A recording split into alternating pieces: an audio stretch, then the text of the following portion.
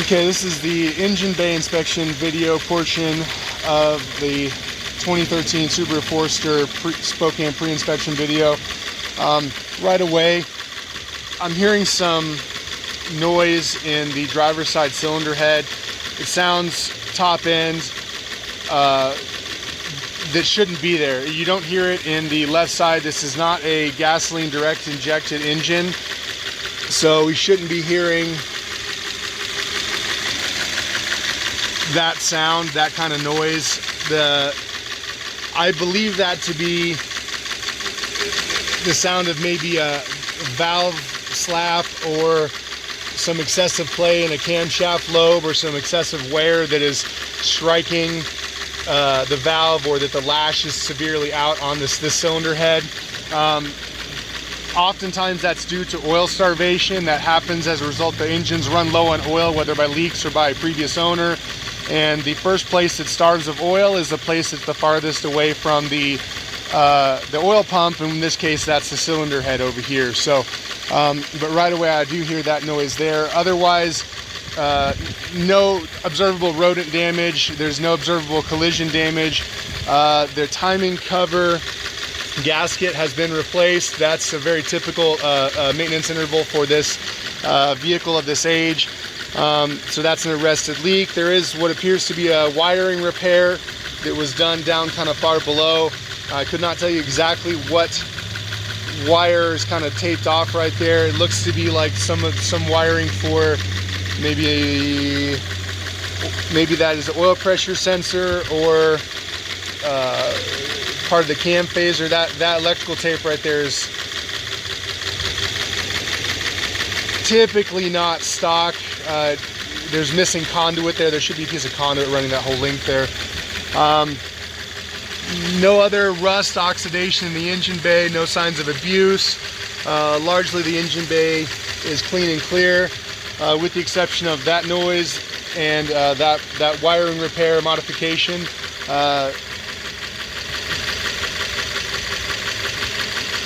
That's the engine bay. Okay, this is the exterior inspection of the 2013 Subaru Forester, checking for deviations in paint, metallic flake, checking for panel gaps, signs of collision or repair. We're going to start with the front left driver's side, also checking wheels as well for scuff, curbing, anything like that. Front quarter panel comes back square to hood and to A-pillar, checking A-pillar square with quarter panel. Good. Checking along the door seam, make sure that we're square here. The door's not sagging on the hinges or pins. Following that B-pillar down, that's square. Going to C-pillar, square. Coming around back, I'm gonna pull on the bumper cover, make sure there's no clips or anything broken on here, like the vehicle been backed into anything. I'm gonna check that. Let's see, pull on this, anything broken. Removal, no, that's solid. We're gonna close the hatch here, listening for sounds, rattles. Nice and solid thunk, closes nice and square. Looking at our around our seals here, that looks square. Roof cargo rack comes back clear. C-pillar square, B-pillar square, quarter panel square, A-pillar to quarter panel square, and hood, checking the trueness and square of the hood, looking for modifications, changes in parts, collision damage, things like that. Square as well. Checking front bumper cover. Nothing loose on that as well. So exterior comes back with a clean bill of health. Thank you. All right, this is the underbody inspection of the 2013 Subaru Forester. We're checking for high centering, leaks, rust, any sort of missing panels, arrow, anything crushed in. Walking along the vehicle, not seeing any signs of rust or high centering. There's a small amount of rust on the exhaust pipe, which is in line with its age. Not a concern. Same thing there. Canister, maybe canister, resonator, muffler. Going to back of vehicle. And check back here for the rear differential. It is an all-wheel drive car, so we're going to check any leaks or anything like that on the rear differential seal. Let's see. Rear diff appears good. Moving to right rear passenger, same deal, rust, any suspension componentry that I can see, anything that's failed, sagging, not in position, damaged, so on. Checking aero, checking for high centering. Coming up the front right, same deal here. There's more exhaust pipe. That's a catalytic converter there. Call that a pup cat. So checking control arms, no damage there. The vehicle didn't handle as if it had any control arm or suspension damage as well. Checking underneath. Subarus will leak their oil down on the catalytic converters. This catalytic converter appears dry. I'm not seeing excessive signs of staining or spillage. So yeah, underbody comes back, clean bill of health. Thank you. This is the interior inspection of the 2013 Subaru Forester. Interior comes back clean bill of health. There's some mild oxidation or color change on the steering wheel, different from the material that this airbag is made out of. This is not an indicator of that an airbag maybe has deployed, not necessarily. What this could be just there. These are the seams that the airbag would have been underneath. These units are completely destroyed when they fire, so maybe this is a QC issue, but you're beginning, maybe someone maybe put their fists in it or something like that, or something slammed on it hard, and that kind of showed the seam. So that's likely what you're seeing. This is where the airbag, the squib circuit, would set off the bag. So that's what you're seeing there. Do have an oil pressure light, which we're documenting in the engine bay inspection. The oil light is likely to do with what probably happened is the vehicle was run low on oil. It damaged maybe some of the internal components, and it's either failing to maintain oil pressure, or there is a component in the engine bay, in the engine that has so much clearance in it now that the oil pressure can't be maintained because there's so much volume or space to fill, so that the oil pump maybe can't keep up with that. So the pressure sags, and then you get a light. Let's see, so moving on. Glove box, seats, all the interior componentry pieces are here. Rear of the vehicle as well, rear seats. Headliner's good. Interior is solid and gets a clean bill of health. Thank you.